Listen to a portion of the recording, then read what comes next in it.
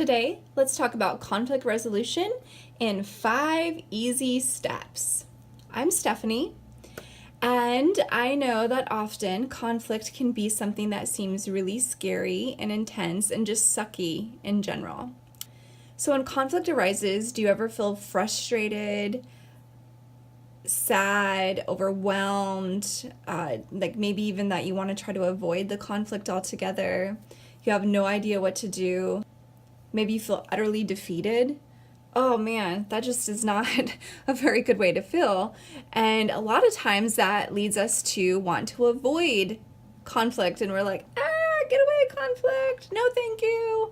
But really, the good thing about conflict is that it actually helps us learn about our people more.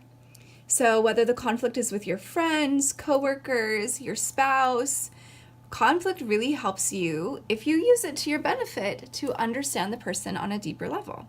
So a lot of times it's in how we approach our conflict, whether it's going to help or hurt our relationship. So today I kind of want to talk about the things that we could do that will help our relationship when conflict arises instead of hurt it. We don't need any more relationship injuries. So it's important to know that every single marriage has conflict, okay? And there's 2 different types of conflict. There's conflict that is perpetual conflict, and it's always going to be there in your relationship. And this might be why you find yourself arguing over the same thing over and over and over and over throughout your relationship. And then there's times where you're like, wow, we solved that problem so quickly. High five for the awesome team that we make. And it's kind of confusing. How come we can solve some problems but not others? Well, Gottman has found in his research that 69% of conflicts are perpetual. Ooh. However, again, you can have conflict and still be very happy in your relationship. Again, it's how do we talk to each other about it? And the cool thing is, with these 5 easy steps, you can use them in other areas where conflict arises, not just in your marriage. So experiment with it and see which conflict resolution tools and skills you can use in other areas in your life. Okay, so the step 1 is all about how we start the conversation. So if we start the conversation nasty, the conversation is likely to end nasty. So with this in mind, we want to start the conversation gently. And what that means is we want to say, how do I feel when this happens, and this is what I need?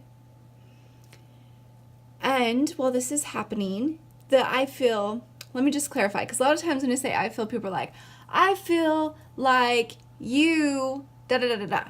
No.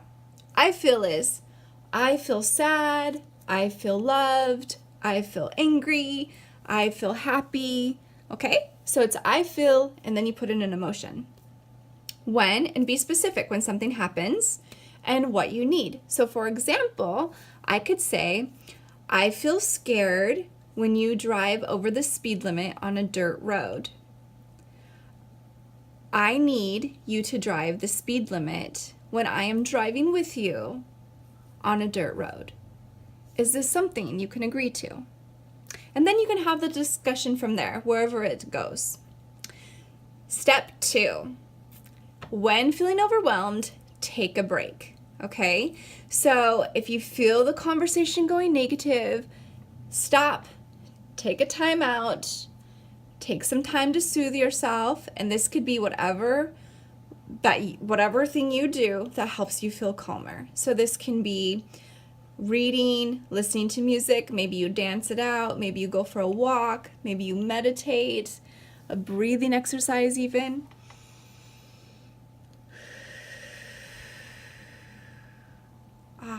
That feels better, right? So anything that is going to feel good for you, that's going to soothe you, do that in your 20-minute break. However, this break is not to be used to kind of rile yourself up even more, thinking about all the things that annoy you about your partner or criticizing them or anything like that. This time is to soothe. And after that 20 minutes, you both come back to the table and try the discussion again. And you're welcome to take as many breaks as needed to have a successful discussion. Step 3. Separate what is negotiable and what is non-negotiable when it comes to this conflict area. So maybe you get out a piece of paper and you write down the area of the things that you can negotiate on. And then you write down the areas where you absolutely 100% cannot negotiate on. You cannot give in on these areas. And you write those down.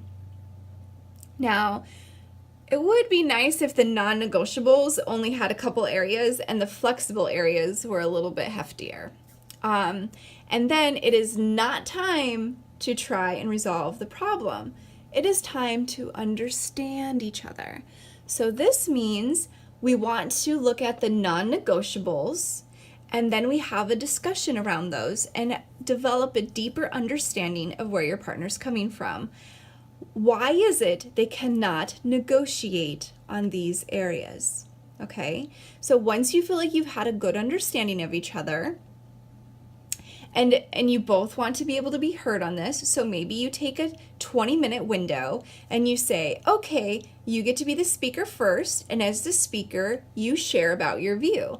And as the listener, I'm going to listen to the speaker, and I'm going to ask follow-up questions to understand you on a deeper level and what these non-negotiables mean to you. And then we'll switch turns. And then the listener gets to become the speaker, and then the speaker becomes the listener. That way, both people know that they're going to be heard and they're not interrupting each other or trying to say their point while the other person's talking. So it's kind of a nice way to make sure both people get equal time at the table. Okay? So then step 4 is time to figure out, what do we actually agree on? Are there areas that we feel similar about? What are we in agreement of? Do we have a common goal? What could we do to reach that goal together as a team? And that leads to step 5, compromise. So now it is time to take all that you've learned about each other, what areas you agree on, what common goals you have, and you find a compromise. Now, compromise means, to me, when I think about compromise, it is, I hear you. And I want to help make that need and dream come true. Compromise is not, I'm giving up what I want again. Here we go. Nothing I want ever matters. If you feel that way, then it might be time to go back, take a couple steps back to understanding and continue to ask questions until we understand more. So compromise is remembering both people's needs and dreams and having them meet in the middle. Now, sometimes this compromise might be permanent, and other times it might be a temporary solution that you say, hey, maybe let's try this for 3 months and see how it works. And then we'll come back to the table and discuss what went well and what we need to change. So keep compromise in mind as a positive tool for your relationship, not something to harbor resentment. So there you have it. Conflict resolution is something that you can build on and practice in your relationship. And I ask of you and encourage you to not look for perfection. Look for improvement. When we focus on improvement, we can see how we're working together and we're building these skills together as a couple. When we look for perfection, we're likely to not find that, and then we feel that nothing is working and we continue to feel defeated. So look for the progress, okay? And remember to subscribe, and thank you for watching, and share with anyone that you think could benefit from 5 easy steps to conflict resolution. Have a beautiful day. Bye.